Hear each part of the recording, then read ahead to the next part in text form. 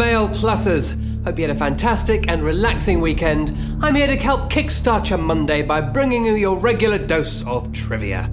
I'm Beric Livingston and I'll be your host for this afternoon's game, offering you a helping hand in your pursuit of victory, meaning a split of the cash pot of £1,000 amongst however many there are left at the finish line. But first, let's brush up on the rules because this might be the first time some of you are playing. I'll be asking you 10 multiple choice questions. We've created these questions from a broad spectrum of colourful categories, giving you a nice full brain workout to start the week. With 10 seconds passing by in a flash, you'll need to search for that answer pretty hastily, because if you answer in time and get all 10 questions correct, a share of the cash pot is yours. If you end up getting one wrong, the prize won't be yours, but if you do fall victim to a particularly tricky question, why not carry on playing regardless and see how many you do end up getting right. I'll keep you sharp and ready for other games we have in the week ahead. One final word of caution. Be wary of your touch screens, because an accidental brush on a wrong answer will see your chances of winning crumble. Once you've selected an answer, you can't change it. It might be a thought to set a daily reminder for 12:15 every weekday so you don't forget to play. You wouldn't want to miss a game full of all the questions you know the answer to. When your questions do come up and you end up making a little pocket money, you'll be grateful for the heads up. Right, without further ado, let's get on with it. Here we go with question 1. What name is given to the part of a baseball field enclosed by the bases because of its shape? Diamond, square, or gridiron?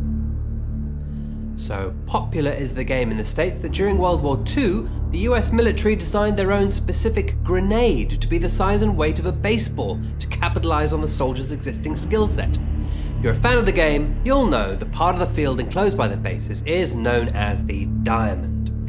Even though we associate the game with America, it's thought it actually originated here in England, starting off as a variant of rounders. First recorded game said to have taken place in Surrey in 1749, then found its way to Canada and then eventually into the States. Question 2. What Italian name is given to a puree of sieved tomatoes?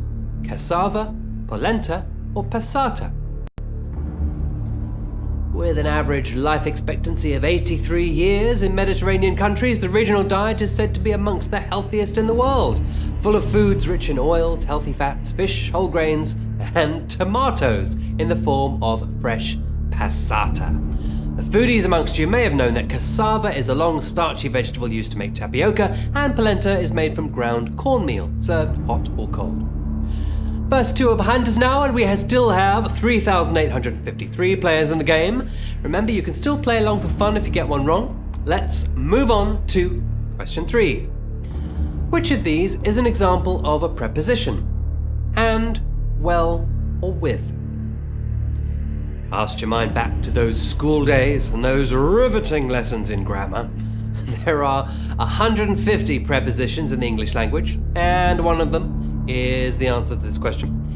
And is a conjunction, and well is an adverb, adjective, or even an interjection, meaning with is the preposition here, which is to say it's a word that tells you where or when something is in relation to something else. Let's move on to the next question with haste. Question 4. In the human body, what is the common name for the clavicle? Shin bone, ankle bone, or collarbone?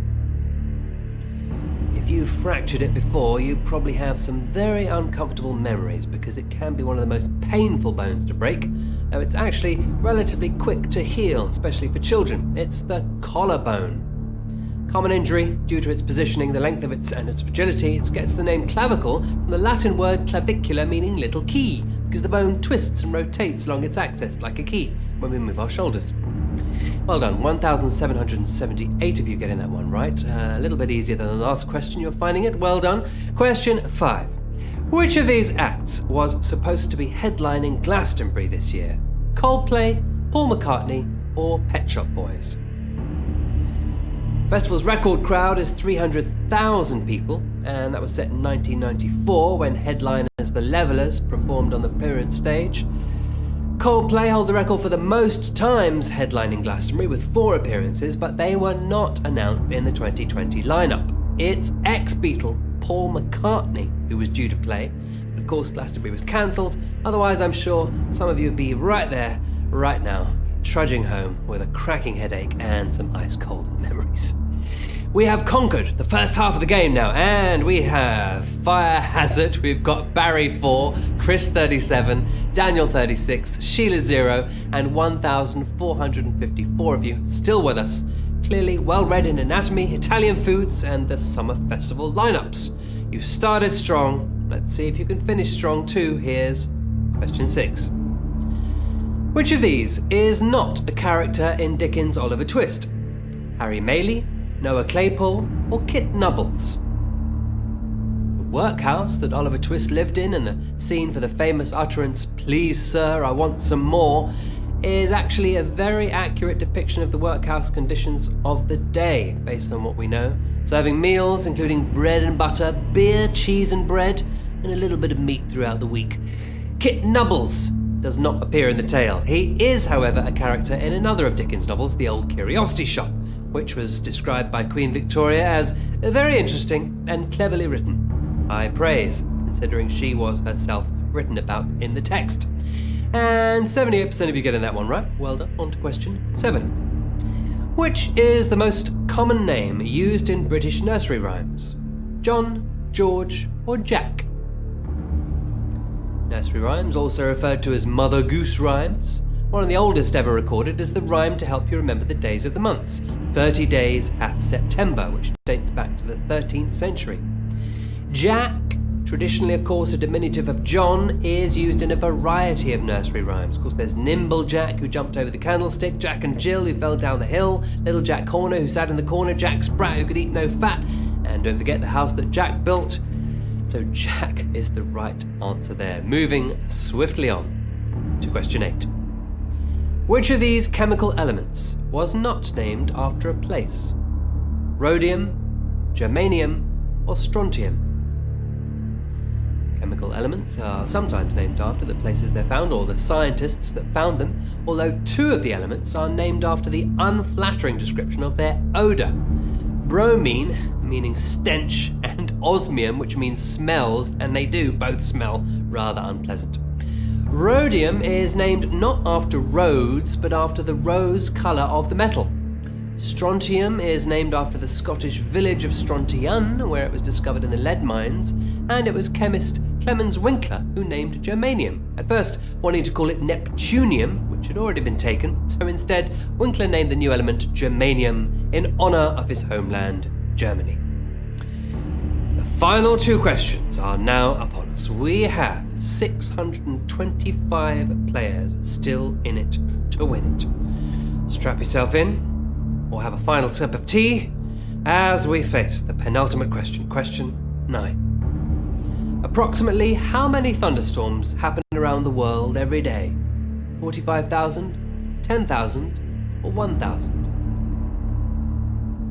The country which suffers the most frequent stormy weather is Uganda.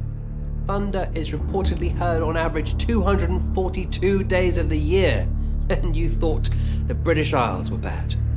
Well, there are approximately 45,000 thunderstorms that happen around the world every day, so that is our correct answer.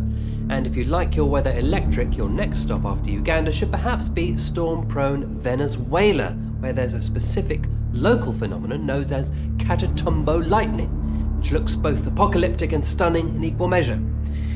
Now, that was a stormy question for many of you there. Just 27% getting the right answer. 159 players still in the game. One more question left. We still have Bradley 67, Carolyn 2, Michael 52, and Griff Dog still in the running for the cash. Just one more obstacle to overcome, and the prize is in sight. Let's get on with it. Here's question 10. What is not an extinct relative of the elephant? Elasmotherium, Gomphotheres, or Amabelodon? A more commonly known extinct relative of the elephant is the woolly mammoth, which was about the same size of an elephant.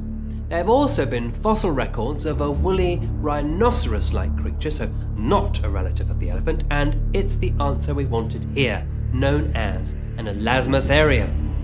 described as a semi-aquatic hippo-rhino hybrid with a huge dome-like horn and 4 toes. It's generally thought to have lived between 100,000 and 200,000 years ago. And that is our 10 questions complete. Elasmotherium, our right answer for question 10. We have 17 winners today, navigating your way through that like total pros.